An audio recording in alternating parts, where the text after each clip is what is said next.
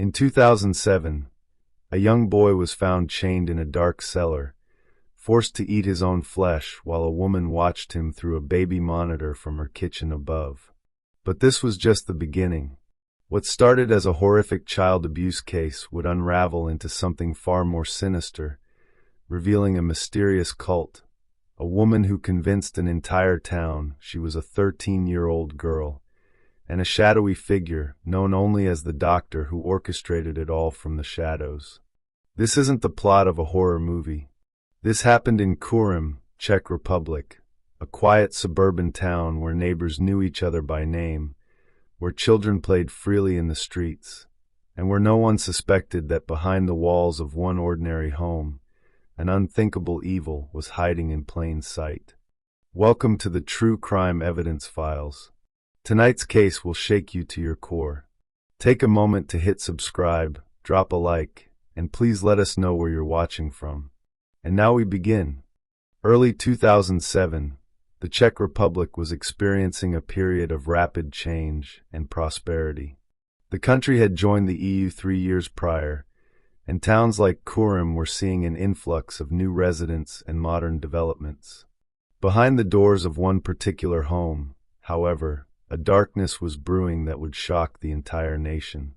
To understand the horror that would unfold in Kurim, we must first understand the Mauerova sisters. On the surface, they represented everything their community valued: education, family, and religious devotion. But beneath this carefully constructed facade lay a darkness that no one could have imagined. Klara Mauerova was 31, a single mother of 2 young boys. With her degree in pedagogy, the science of teaching, she seemed the model of maternal dedication. Parents in the community often remarked on her gentle nature, the way she doted on her sons, taking them to summer camps and planning family vacations.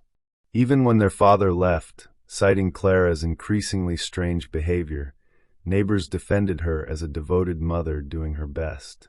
Her older sister, Katerina, cast a different kind of shadow. At 33, she worked at a youth center called PAPK, where her commanding presence made her a natural leader. But those who knew her well would later recall something unsettling in her influence over others, particularly her younger sister. The sisters shared an obsession that would prove fatal. Their involvement in a religious organization known as the Grail Movement, founded on the teachings of Oscar Ernst Bernhard. The movement preached salvation through good deeds, but the sisters belonged to a splinter group, one that had broken away from the main organization years earlier. This faction had twisted Bernhard's teachings into something dark and unrecognizable. While the legitimate Grail movement in the Czech Republic counted some 1,500 peaceful followers, the sisters' group numbered only about 15 members. They had been formally expelled 11 years earlier, when their leader began adding what the main organization called their own imaginings and fantasies to the sacred texts. But what exactly were these imaginings? What darkness had taken root in this small group of believers? The answer would emerge only after it was too late, after 2 young boys had paid an unimaginable price for their mother's devotion to a perverted faith. Little did anyone suspect that these seemingly ordinary sisters would soon orchestrate one of the most disturbing cases of ritual abuse in Czech history, all while hiding behind a mask of religious piety and maternal love. Ondrej and Jakub Mauerova were, by all accounts, ordinary boys living what seemed to be a happy childhood in Kurim. At 8 and 9 years old, they were known in their neighborhood as bright, energetic children who loved playing football in the street with their friends. Their teachers would later describe them as well-behaved students who always completed their homework and participated eagerly in class activities. The boys were particularly close to their grandparents, who lived nearby and often took them for weekend visits. These moments of normalcy would later haunt their grandmother, who recalled how Ondrej would always beg for her homemade apple strudel, while Jakub loved helping his grandfather tend to his vegetable garden. But the first cracks in their peaceful world appeared when their father left the family home. He would later tell investigators that he had noticed disturbing changes in Klara's behavior, changes that made him fear for his son's well-being. At the time, no one understood the weight of his concerns. The transformation was subtle at first. The boys began missing weekend football games. Their visits to their grandparents became less frequent. Friends noticed they rarely came out to play anymore. Their teachers observed them becoming quieter, more withdrawn. When questioned, Klara always had a ready explanation. The boys were studying, they were tired, they were helping at home. No one could have known that these small changes, these seemingly innocent absences, were the first signs of something far more sinister. The happy, carefree boys of Kurim were slowly disappearing, not into thin air, but into the darkness that was gradually consuming their family home. In late 2006, everything changed with a single visit. Katerina Mauer arrived at her sister's home with a 13-year-old girl named Annika. The story she told was heart-wrenching. Here was a Norwegian orphan on the run from sex traffickers, in desperate need of protection and care. Annika appeared frail and vulnerable. She suffered, they were told, from a devastating array of medical conditions: leukemia, kidney failure, and progressive loss of both sight and hearing. The girl spent long hours in various hospitals, though strangely Katerina always insisted on handling these visits herself. For Klara, Anna's presence awakened something powerful, a chance to be more than just a mother, but a savior. Those who knew Klara described her as naturally sympathetic, perhaps too easily swayed by others' suffering. In Annika, she saw a mission, a divine purpose that aligned perfectly with her deepening religious convictions. The dynamic in the household shifted dramatically. Klara's attention, once centered on her sons, now orbited almost exclusively around Annika. She began receiving mysterious texts and emails from someone claiming to be Annika's doctor, messages that arrived in the dead of night, filled with increasingly strange instructions about the girl's treatment. Then came the midnight meeting in a darkened car, a shadowy figure with diplomatic credentials and detailed medical records. The stranger's face was obscured, but his influence over Klara would prove absolute. He convinced her that adopting Anna was her sacred duty. But there was just one obstacle: her own sons.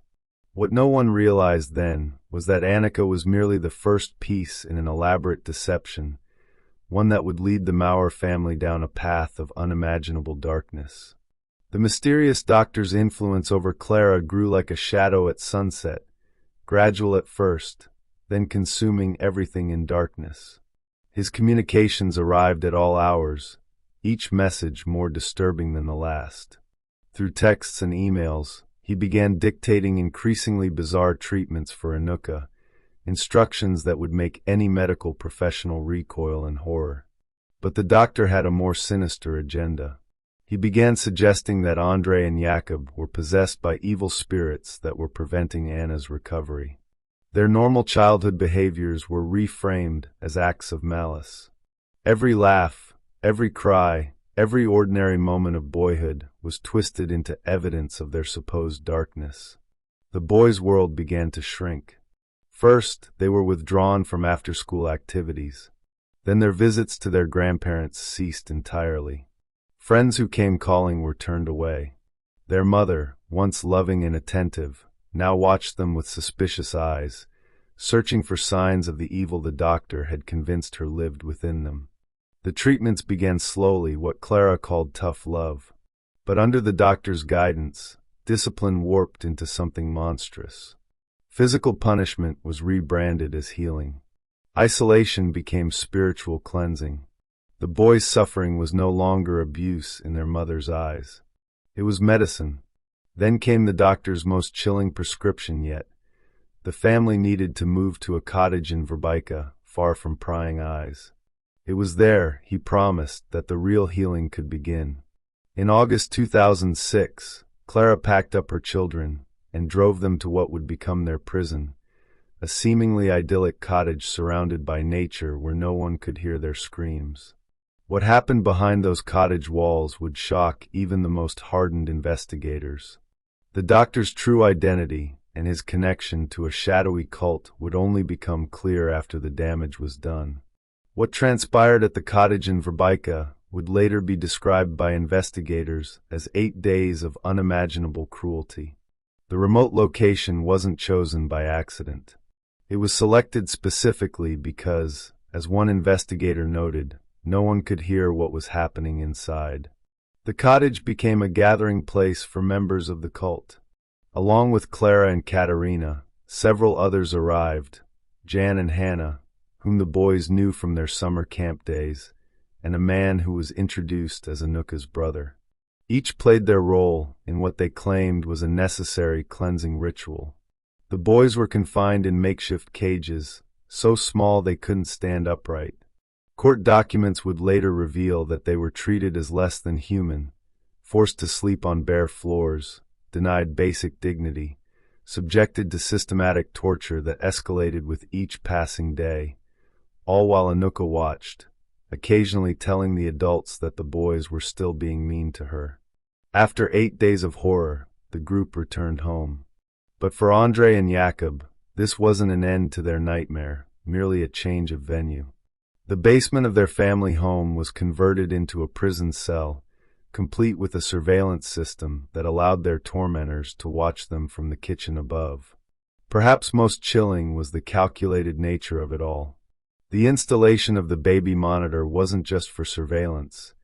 It was a way for the perpetrators to document their crimes, to watch their victims suffering from the comfort of their kitchen, as if viewing some perverse reality show.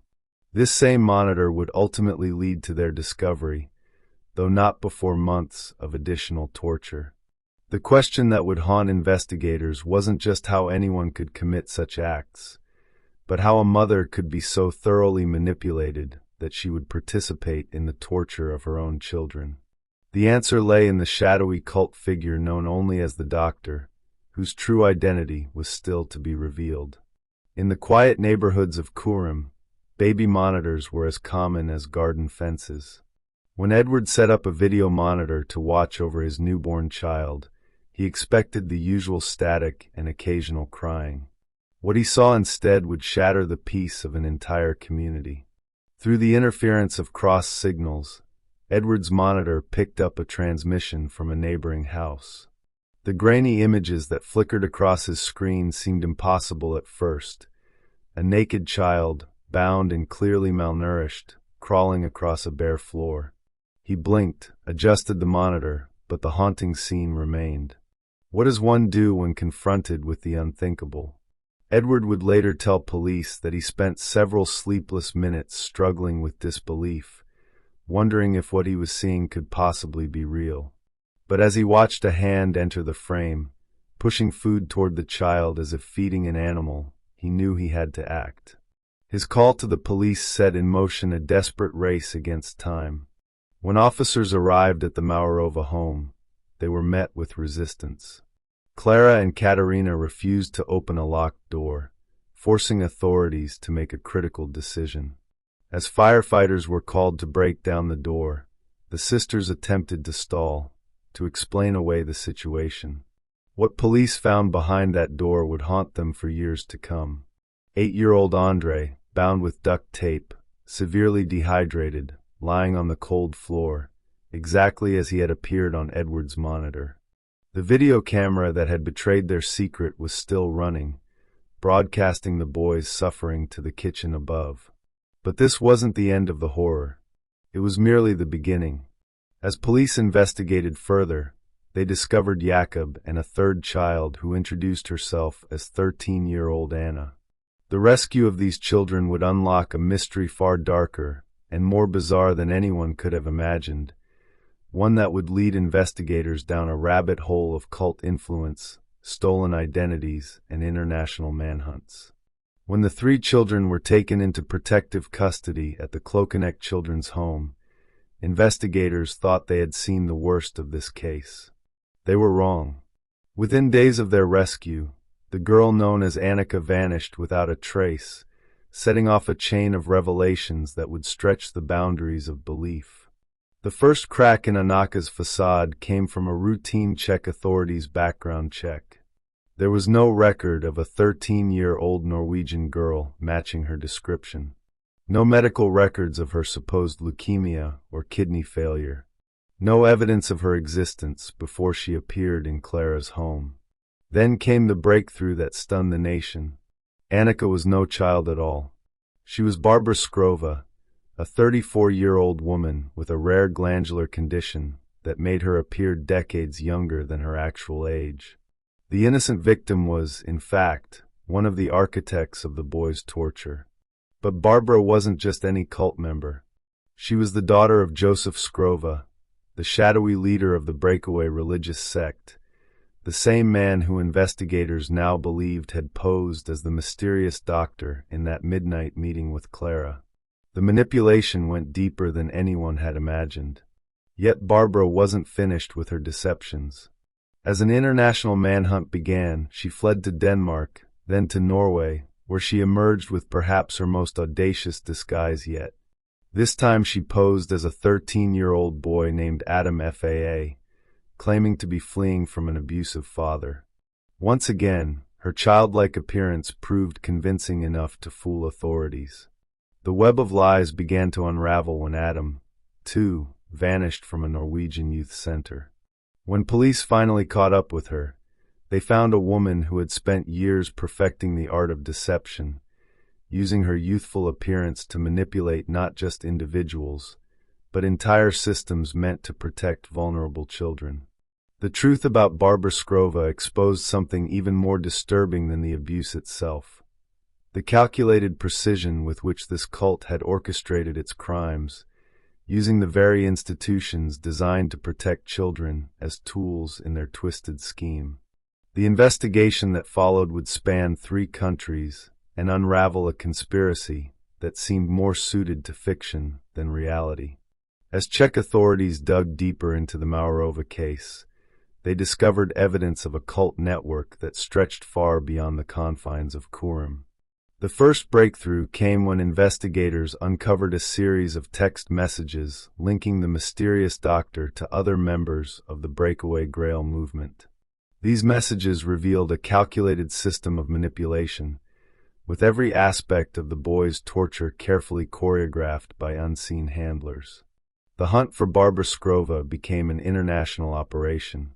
While she played the role of Adam Faa in Norway, Czech police were methodically building their case against the cult members still in custody.